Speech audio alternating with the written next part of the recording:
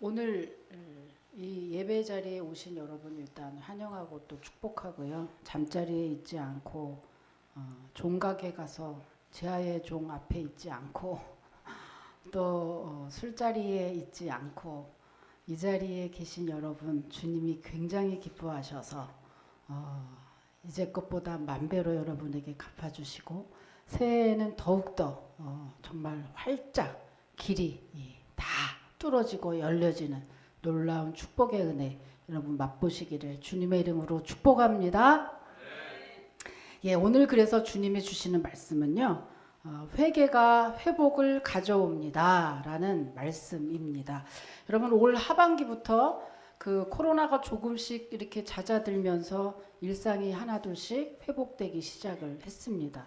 그 뉴욕타임스의 칼럼니스트 토마스 프리드먼은 앞으로 세상은 코로나가 오기 전과 코로나가 온 후로 나뉠 것이다 라고 이렇게 이야기를 했는데 정말 그렇군요. 그죠? 정말 코로나가 지난 후에 우리의 일상은 정말로 많이 바뀌었습니다.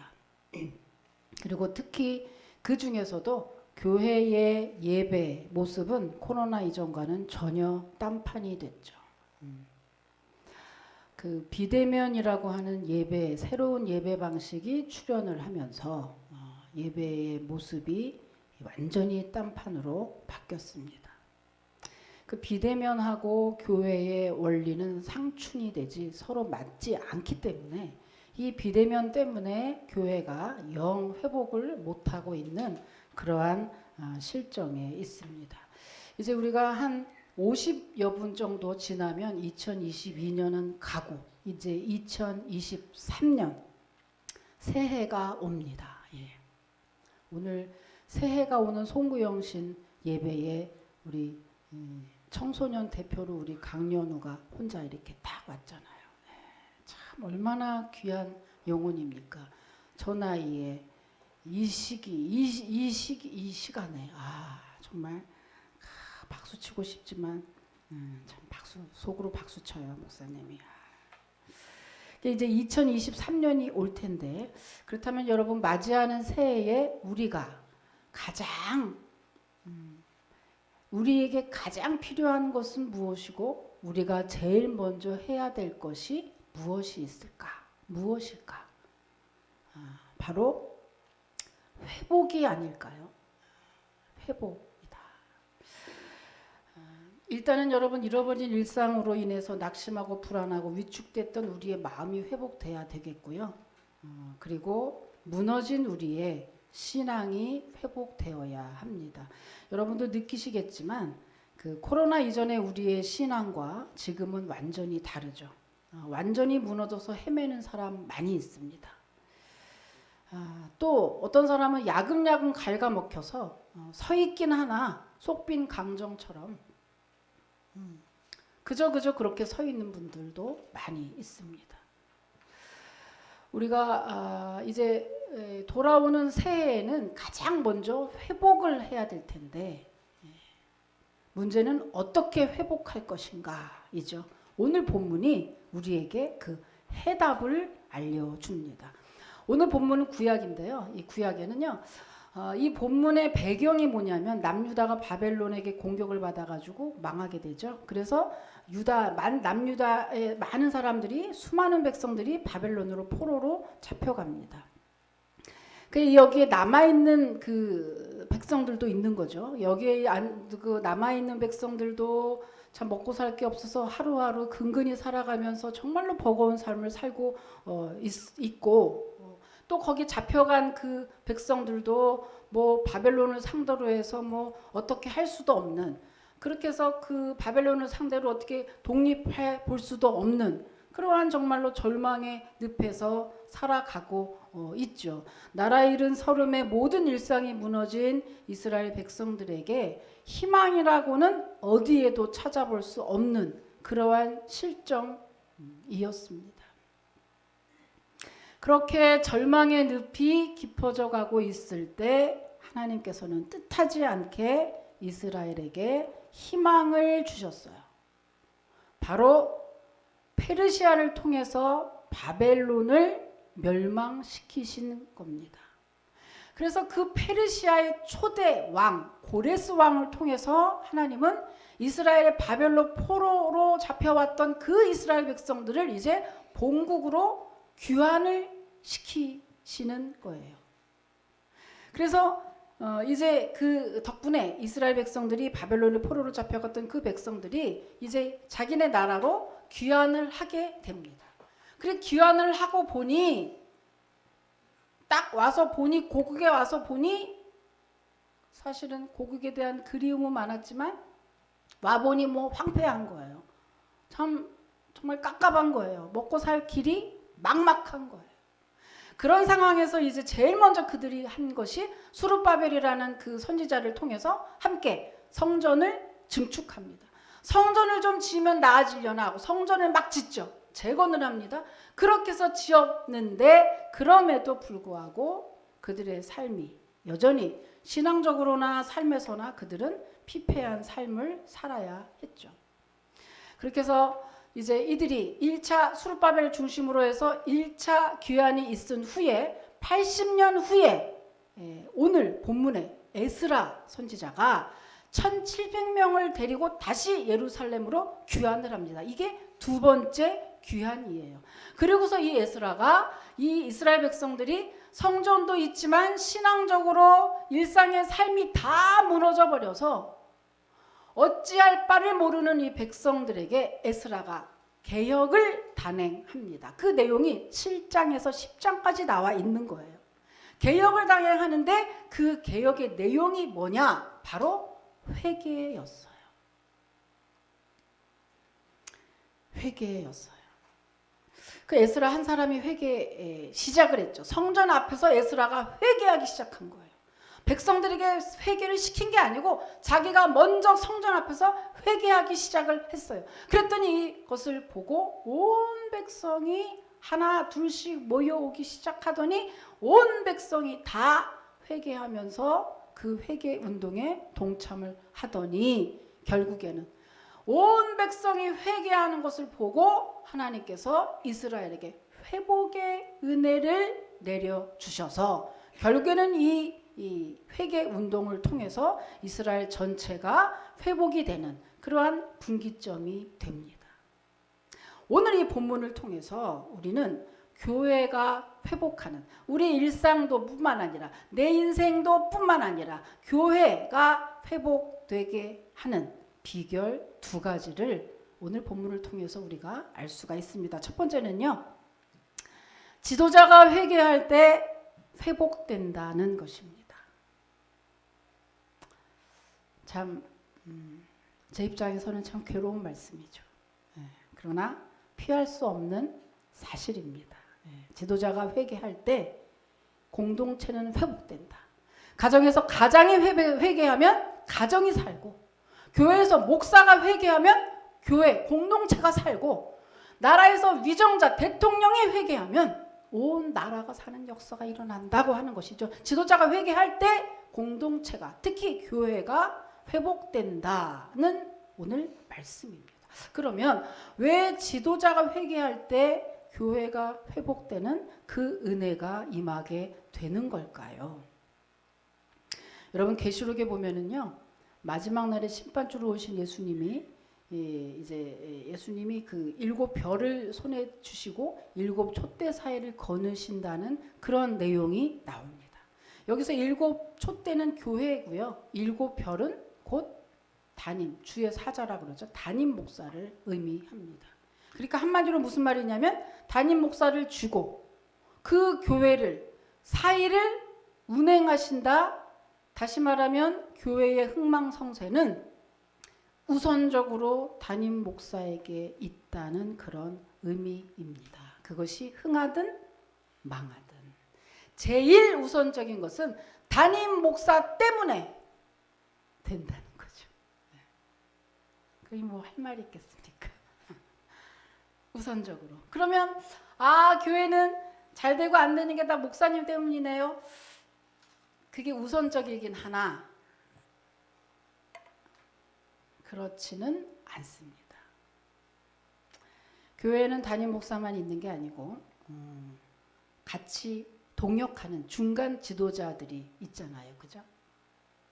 그러니까 주일학교는 교사가 있고 목장에는 목자가 있고 부서에는 부서장이 있습니다. 이렇게 큰 틀로 볼 때는 담임 목사가 전체적으로 깨어서 기도하고 회개하고 할 때 그 전체의 교회의 운영과 교회의 열매와 회복은 하나님이 주시겠지만 각각에 있는 각 부서의 장들이 깨어 있지 않으면 그 부서나 각각의 그 부서를 통해서 그 교회가 회복이 불가하다고 하는 것이죠. 그러니까 지도자의 역할이 얼마나 중요하느냐. 하나님이 그 지도자에게 특권도 주셨지만 지도자에게 책임을 같이 주셨기 때문에 지도자가 회개할 때 그 공동체가 살아나게 된다고 하는 것입니다. 지도자가 얼마나 중요한가를 보여주는 두 사건이 있는데요. 요나와 바울입니다. 대표적인 인물이 요나인데요. 요나가 어때요? 하나님의 명령을 거역하고 니느웨로 가라 그랬는데 다시스로 간다고 다시스로 방향을 틀어서 배를 잡아 타죠. 그리고 막 다시스로 도망을 갈 때 하나님이 가만 놔둘 리가 있나요? 하나님의 끝까지 추적하시죠. 그래서 광풍을 내려서 배를 치시죠. 그래서 그 배가 다 깨어지게 됐는데 그 배에는 물건을 팔러 다니는 상업선이었거든요. 여객선이 아니라. 그러니까 물건을 잔뜩 팔려고 했던 그 사람들이 요나 때문에 막대한 재산 손실과 및 생명의 위협을 받았던 사건이 바로 요나 사건이죠. 그래서 결국은 그 요나 때문에 많은 것을 잃어버리게 되는데 하나의 사건은 뭐가 있죠? 바울 사건입니다. 바울은 또 그 죄수의 몸으로 로마로 압송이 될 때 유라굴로라는 광풍이 오죠. 그때 어때요? 배가 다 깨져서 거의 죽게 됐어요. 그럴 때 주의 천사가 바울에게 나타나서 뭐라 그러죠? 그때 네가 로마에 가야 하기 때문에 이 나머지 생명들을 다 네 손에 붙여서 내가 살려주겠다. 생명에는 지장이 없게 하겠다라고 약속을 하시죠. 그러니까 뭐죠? 같은 풍랑이 있는데 한쪽 요나배에 탄 사람들은 요나 때문에 죽게 됐고 한쪽에 바울배에 탄 사람들은 바울 때문에 이거는 하나님이 친 광풍이 아니에요. 자연적인 광풍이거든요. 그러니까 바울 덕분에 279명이라고 하는 생명들이 다 바울 덕분에 살아나게 됐거든요. 여러분 가정에는 가장 때문에 이 가장이 어떻게 하느냐에 따라서 이 가장 때문에 한 가정이 일어나기도 하고 죽기도 하고 부자가 되기도 하고 가난하게 되기도 하고 모든 운명이 가장한테 달려있는 것처럼 한 지도자에 따라서 똑같은 광풍이 불었는데 어떤 배는 그렇게 되고 어떤 배는 이렇게 됐다. 죽고 사는 것이 지도자에 따라서 달라지는 것을 보면서 여러분 지도자 한 사람이 얼마나 중요한가라는 것을 보게 됩니다. 뿐만 아니라 여러분 그래서 나 한 사람 때문에 나 한 사람쯤이야. 나 한 사람이 나라를 살리고 교회를 살리고 가정을 살릴 수도 있고 나 한 사람 때문에 우리 말하자면 우리 집에서 내 남편이 나 때문에 고생할 수도 있고 내 부인이 나 때문에 나 훈련시키려고 하나님이 요나처럼 나 훈련시키다가 내 나머지 가족의 구성원이 고생할 수 있는 거죠. 나 때문에. 그러니까 한 사람의 가장, 한 사람의 지도자가 그렇게 중요하다고 하는 것이죠. 그러니까 여러분 왜 하나님은 우리가 회개할 때 하나님 회복의 은혜를 더하시냐 하면은요. 그것은 우리가 회개를 통해서 더 낮아지고 더 겸손하게 만들어서 훗날 부흥하고 성공했을 때 내 힘으로 됐다고 자랑하지 못하게 하시려고 하나님은 우리를 훈련을 통해서 굉장히 낮추시고 겸손하게 만드신다고 하는 것입니다. 자, 신명기 8장 16절 한번 읽어보면 내용이 나옵니다. 한번 읽어보세요. 예, 시작.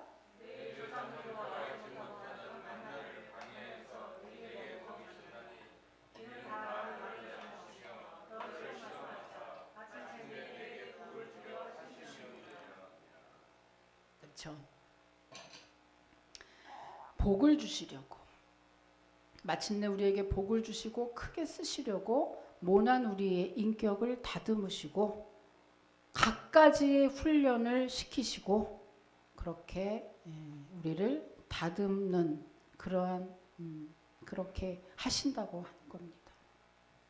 이것은 개인적인 삶도 마찬가지지만 특별히 지도자가 회개하고 낮아지고 더 겸손하고 더 섬길 때, 그럴 때 하나님이 회복의 은혜를 더해 주신다고 하는 거죠.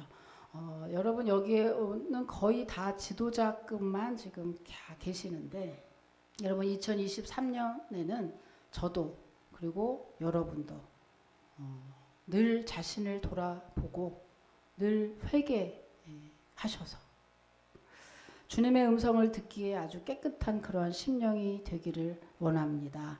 그리고 뿐만 아니라 그래서 주님의 말씀이 깨끗하게 들어오셔서 늘 더 겸손하고, 그죠? 더 낮아짐으로 여러분 더 회복하고 부흥하는 그런 여러분이 되시기를 주님의 이름으로 축복합니다.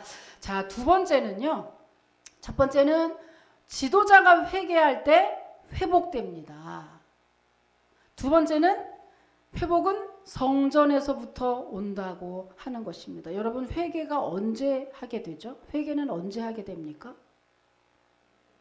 보통 잘못했을 때, 잘못을 언제 깨닫게 되죠? 기도할 때, 예배 드릴 때, 즉 말씀이 들려질 때 자기를 들여다보게 된다고 하는 거예요. 절대로 말씀이 들어오기 전까지는 자기는 언제나 옳다고 생각하게 되어 있습니다. 그러니까 말씀이 들려질 때에야 비로소 자기의 잘못이 깨달아지고 자기가 보여지게 되고 자기가 얼마나 죄인인지 얼마나 더럽고 추악한지 보게 되거든요. 그러니까 말씀이 들려오지 않는다. 그러면 늘 그러니까 어떻겠어요? 예배를 드리지 않아. 성경을 읽지 않는 사람은 그러니까 어떻겠어요? 늘 자기가 옳다고 생각하고 있겠죠. 그런데 말씀이 들어와서 성숙한 사람은 어때요? 사실은 잘못은 얘가 했는데 성숙한 사람은 모든 것을 다 내가 잘못했다고 회개를 하게 되죠. 그러니까 그것이 참 신앙인의 모습이죠. 그런데 여러분 교회는 언제나 하나님의 말씀이 선포가 되는 곳입니다. 그래서 교회에 자주 오면 성령이 충만해지는 거죠. 뭐 교회에서 뭐 일하다가 보면 뭐 속도 뒤집어지고 뭐 더 안 좋아지고, 뭐 교회 저도 목사인데 어떤 때 교회 가기 싫더라고요.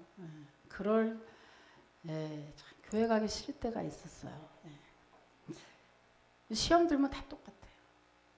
근데 그것은 일시적으로 사탄 마귀가 우리를 흔들어서 일시적으로 나타나는 현상이지, 근본적으로 대부분은 교회에 와서 예배하고 기도하고 찬양하고 하면 언젠가 자기가 가지고 있던 끙끙 앓았던 모든 근심과 걱정이 다 사라지고 뭐 이거 내가 이거 갖고 왜 그랬지? 이런 마음이 들고, 내가 다 잘못했지. 내가 그래 맞아. 내가 죄인이야. 내가 그래서 그래. 라는 회개의 마음이 교회에 오면 이상하게 든다 이거죠. 그러면서 마음이 편안해지고 용서하게 되고 사랑하게 되고 이해하게 되고, 이게 교회에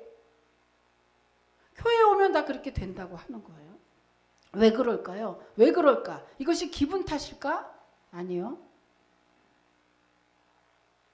그렇지 않습니다. 성경에 이야기하고 있어요. 에스겔 40장부터 47장까지는요. 성전에 대한 계시와 성전에서 우리가 받을 은혜에 대해서 기록을 하고 있습니다. 그 중에 여러분 잘 아시는 내용인데 에스겔 47장 1절로 5절까지 성도가 은혜 받는 그 과정에 대해서, 성전에서 내려오는 그 은혜의 과정에 대해서 쓴 내용인데 한번 여러분 읽어보세요. 1절부터 5절까지입니다. 자, 여러분 1절부터 시작.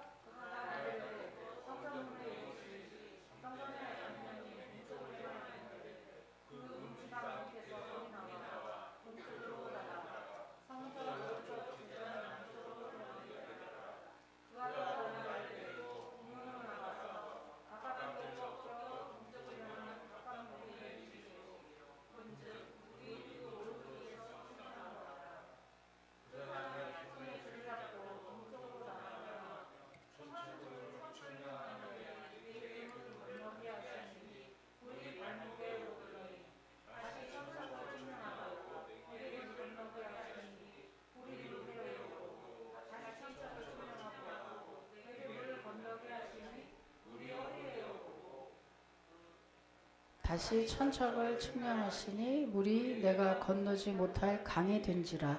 그 물이 가득하여 헤엄칠 만한 물이요 사람이 능히 건너지 못할 강이더라. 아멘. 여러분 이 과정이 이거 그 예전에 정말 많이 은혜 받은 그 말씀인데요, 그죠? 예를 들면 지금 이 얘기하는 거죠. 여러분 하나님 여기서 청량줄은 하나님의 말씀을 의미하고 물은 은혜를 의미하거든요. 그러니까 여기 성전에서 특히 여기 그 상에서 강대에서 생수가 흘러나온다 이거예요. 생수가 흘러서 전체적으로 하나님의 말씀이 선포되고 그 말씀이 은혜로 해서 그 은혜로 성전에 가득 물이 차게 되는데 여기 이렇게 있으면 어떤 사람은 발목까지 차고 어떤 사람은 허리까지 차고 어떤 사람은 도무지 무릎까지 차고 어떤 사람은 도무지 나올 수 없는 강으로, 그게 다 은혜의 측정을 지금 얘기하는 거거든요. 예를 들면 여러분 계곡에 갔을 때 어때요? 이거 지금 발목 신앙이라 그러는데 그 물이 발목까지 찼어. 그랬을 때 여러분 어때요? 움직이기가 아주 좋죠. 그까지 물 내가 발로 착착 치면서 그 물을 내가 도리어 감당하잖아요. 그러니까 내 발 그 물이 은혜라고 치면 초신자 때를 의미하는 거죠. 은혜를 받았다고는 하지만 그러나 그 은혜가 있을 때는 있고 그냥 내 뜻과 내 생각이 더 강해.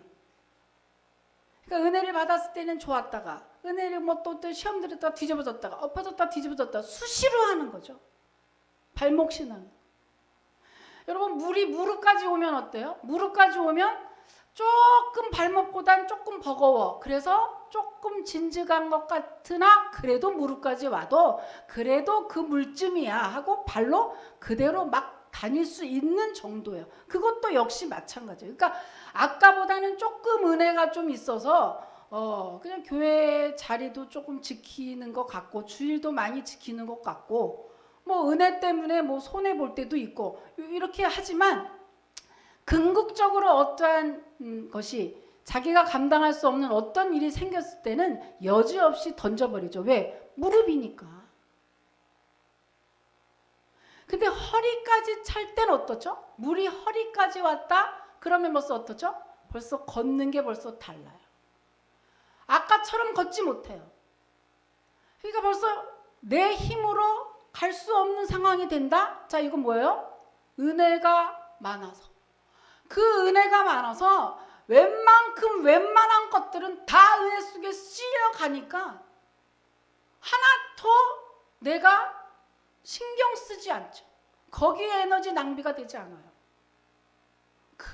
여러분 물 확 할 때 보죠. 웬만한 거는 다 쓸려가잖아요. 물이 허리까지 찰 정도면 여러분 그쯤 되면 그냥 에이 그래 신앙생활 하는 게 다 그래 툭툭 칠 정도가 되는 거죠. 아이 그냥 그 정도 그래 주님 기도해봐 다 해. 아이 그래 그냥 주님의 사랑으로 이해해 툭툭 칠 정도가 되는 거예요. 허리까지.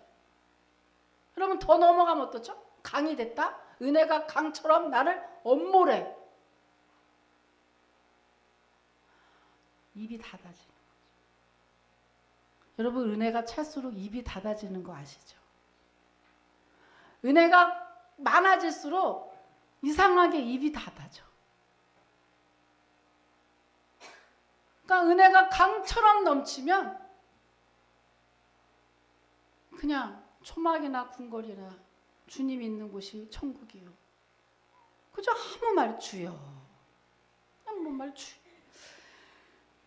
참, 여러분은 은혜의 강이 여러분을 어디까지 지금 차고 계신지요. 참, 저도 많이 회개가 되고 참 많이 그렇습니다. 제가 많이 느껴요. 많이 느껴요. 저는 굉장히 그러니까 많이 느껴요. 제가 이렇게 개척교회 하기 전에는 제 인내심이 많아요. 그래서 굉장히 그 모든 것이 인내하고 늘 나는 당하고 인내하고 굉장히 성숙하고 그런 줄만 알았어요. 사실은. 근데 참 이상한 게 분명히 나는 똑같이 이렇게 있는 것 같은데 그때와 지금 8년 전과 지금을 비교해 보면 그때 생각에 나는 없는 거예요. 지금 보면 이렇게 인내심도 없고 이렇게 불평이 많고 이렇게 소갈딱지가 이런지는 처음 알았어요. 내가 날 보고 처음 알았어요. 어쩜 이렇게 소갈딱지가 이러. 와. 그래서 제가 아까도 집사님한테 얘기했지만 뭘 누굴 탓하겠어. 다 나 닮아서 그러겠지. 내가 이런 사람인 줄 처음 알았어요. 그걸 보면 그럼 내가 왜 사람이 더 후퇴했을까? 그건 같진 않고 예전에는 이만큼의 견딜 만한 것이 없었겠죠. 지금은 견디는 게 더 커진 거겠죠. 그러니까 견딜 게 커지면 어때요? 그거를 벗어버리는 게 아니라 그것보다 더 큰 은혜가 와야 그것들이 다 휩쓸려서 갈 텐데 말이죠. 참. 그래서 참 새해에는 여러분, 새해에는 정말 깊은 은혜 속에, 은혜의 강에 여러분이 빠져서 도무지 그 은혜 때문에 헤어나올 수 없고 내 뜻과 내 생각이고 뭐고 아무 오직 주님만 보이고 오직 주님의 사랑만 있고 오직 주의 은혜만 있어서 그렇게 여러분 은혜로 충만하고 사랑이 충만하고 이해가 충만하고 참 주님의 그 은혜만 충만한 저와 여러분 또 우리 은원교회가 되시기를 주님의 이름으로 축복합니다. 그렇죠. 그래서 여러분 2023년에는 참 새로운 해를 맞이하면서 우리가 무엇보다 은원가족들은 회개로 시작하기를 소망합니다. 하나님은 성도가 회개할 때 언제나 용서하시고 언제나 새롭게 하시고 회복하는 능을 공급하시죠. 새해에는 여러분 또 교회에 자주 오시기 바랍니다. 물을 먹으러도 오고 기도하러도 오고 성경 읽으러 오고 커피 마시러 오고 이렇게 특히 여러분 예배에 자주 올라오신다면 어느 해에도 보지 못했던 그런 큰 축복이 가득 임하게 될 것입니다. 여러분 말씀을 마치겠습니다. 오늘 에스라를 통해서 하나님은 이스라엘의 전체에 도무지 일어날 수 없는 절망 가운데 있었던 이스라엘을 회복시키시죠. 그 회복은 아주 큰 어떠한 전술이나 어떠한 무기나 어떠한 무슨 부나 어떤 우리가 눈에 보이는 어떠한 물체가 아니라 이스라엘 백성들 특히 에스라를 비롯한 선지자, 지도자의 회개로부터 시작해서 이스라엘 전체가 회복이 되고 은혜가 넘치는 그러한 부흥의 불길이 타오르게 됐다고 하는 거. 오늘 우리 교회, 특히 여러분의 삶에도 회복이 돼야 될 텐데 여러분 첫째는 여러분의 회복은 즉 회개서부터 온다. 여러분 오늘 내년에 정말 부흥하길 원하시고 내년에 잘 되기를 원하시면 다른 것 할 게 아니라 여러분이 한 해 동안 어떻게 했는가, 지금 내 상태는 어떠한가, 나는 무엇이 필요한가, 나는 무엇이 잘못됐는가를 먼저 말씀을 통해서 들여다보시고 회개가 시작이 된다면 여러분은 반드시 회복의 은혜, 부흥의 은혜가 임할 것이다. 두 번째, 여러분, 그것을 어디서부터 하느냐? 나 혼자가 아니라 여러분 교회에 오는 것부터 시작하시라는 거죠. 나 혼자 비대면으로 하는 것은 새로운 방법, 옳은 방법이 아니에요. 언제부터 비대면이고 언제부터 혼자 했습니까, 여러분? 교회는 모이는 거예요. 교회는 자꾸 올라오는 거예요. 합심하는 거예요. 그래서 여러분 교회에서부터, 예배에서부터, 교회에 오는 것부터 시작해서 여러분 올 한 해는 그렇게 회개로부터, 교회에서부터 여러분이 시작한다면 정말 놀라운 축복의 은혜, 그리고 회복의 은혜, 부흥의 은혜가 임하게 될 줄 여러분 믿으시기를 축복합니다. 자, 기도하겠습니다. 하나님 감사합니다. 늘 회개하는 마음으로 주님의 마음을 흡족해 드리는 주의 백성들과